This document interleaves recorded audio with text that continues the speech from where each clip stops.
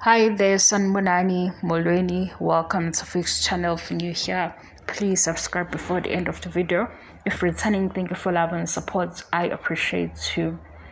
Justice for Dlamini twins, justice for Andiswa.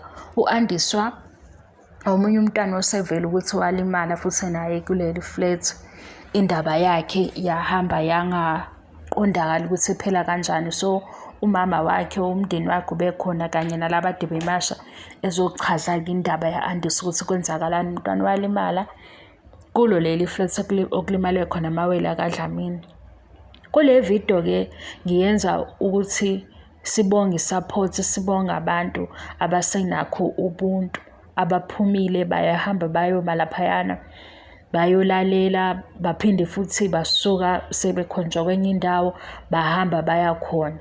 Le video lena sibonga ubuntu guys, ngizoyigcizelela indaba yobuntu ngoba uma kuvela la ku-social media siqala ukubona ngoba uDlamini eposta kuleli flat aye kulona. Ngaleso sikhathi sekuvelile ukuthi omunye umntwana useshonile, omunye usesibhedlela. Abantu ababelapha kwi-ground floor la ayekhuluma khona abekho ababemnakile.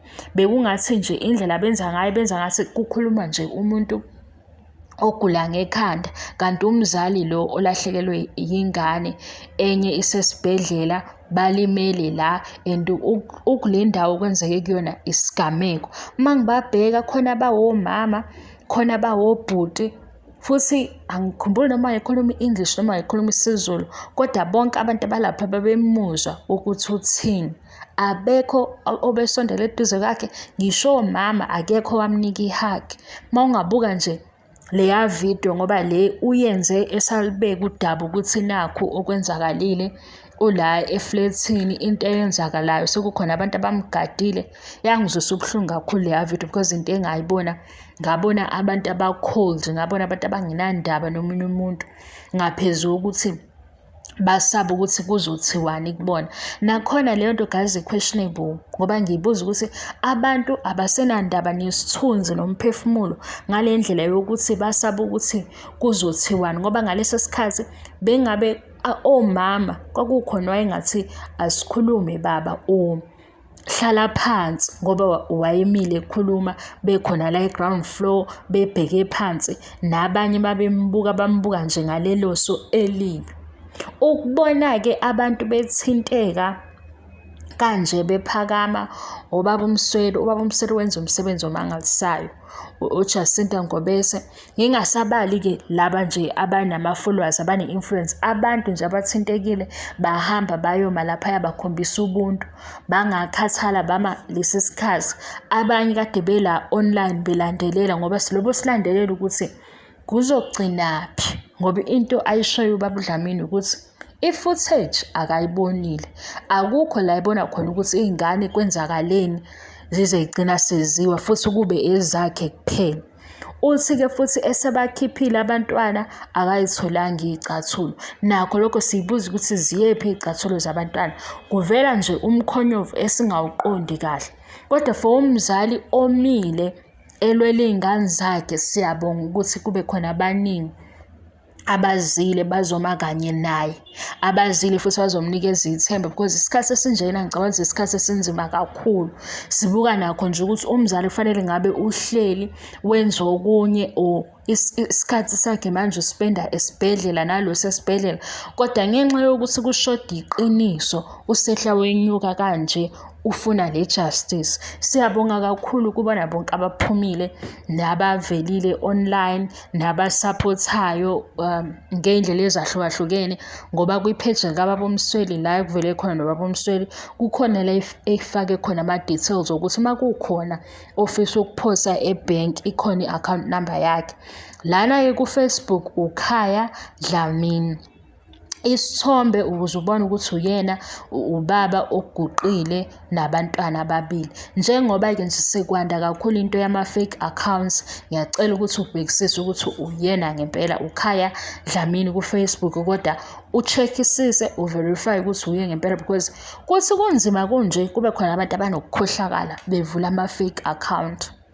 Sizoma-ke nobaba uDlamini, sizoma nalo mndeni size sithole ukuthi i-footage iyavela yini.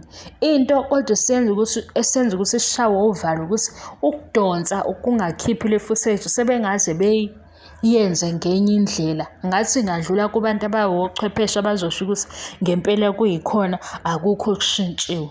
Ubulungiswa-ke guys kufanele ukuthi sijwayele ukuthi sibulwele. Makwenzeka izinto ezinje zifaka ithemba ukuthi zikhona izinto ezisengalunga ngoba indlela bese sibuka ngayo bese kuwukuthi nje asinandaba sesijwayele. Kodwa manje makufika le ndaba isithintile, yasithinta kabuhlungu, yasithinta futhi noma kuyisimo esibi, kodwa sona sesikwazile ukuthi abantu sikwazile ukusikhombisa ukuthi abantu basengahlangana, abantu basangalikhuluma igama elilodwa bevumelane. Ubulungiswa esikucelayo manje, into esiyifunayo i-footage ukuze umzali abone ukuthi kwenzakaleni, kwaziwe futhi ukuthi ukuqhubekela phambili kuqhubeka kanjani.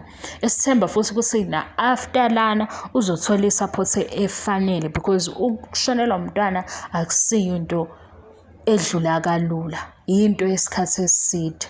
Kodwa sithemba ukuthi nge-support ayibonile izolo ne-support futhi azoqhubeka ayithole kuzoba khona umehluko. Siyabonga kakhulu guys. Angikwazi ukubabala bonke engibabonile, kodwa manje ngisithola isikhathi ngisangaveza ukuze nomunye o-appreciate-ayo ahambe aye kwi-page lalo obaba uMsweli, oJacinta, oyenziwe ama-influencer aseThekwini, o-MK. Kwipolitiki ngeke ngize ngifake ngithi le bonke nje abantu babe yinto ehlangene, i-South Africa yonke, uMzansi, uZulu bahlangana eThekwini bama kanye nabazali, kungasiyo ubaba uDlamini kuphela kanye nomama ka-Andiswa.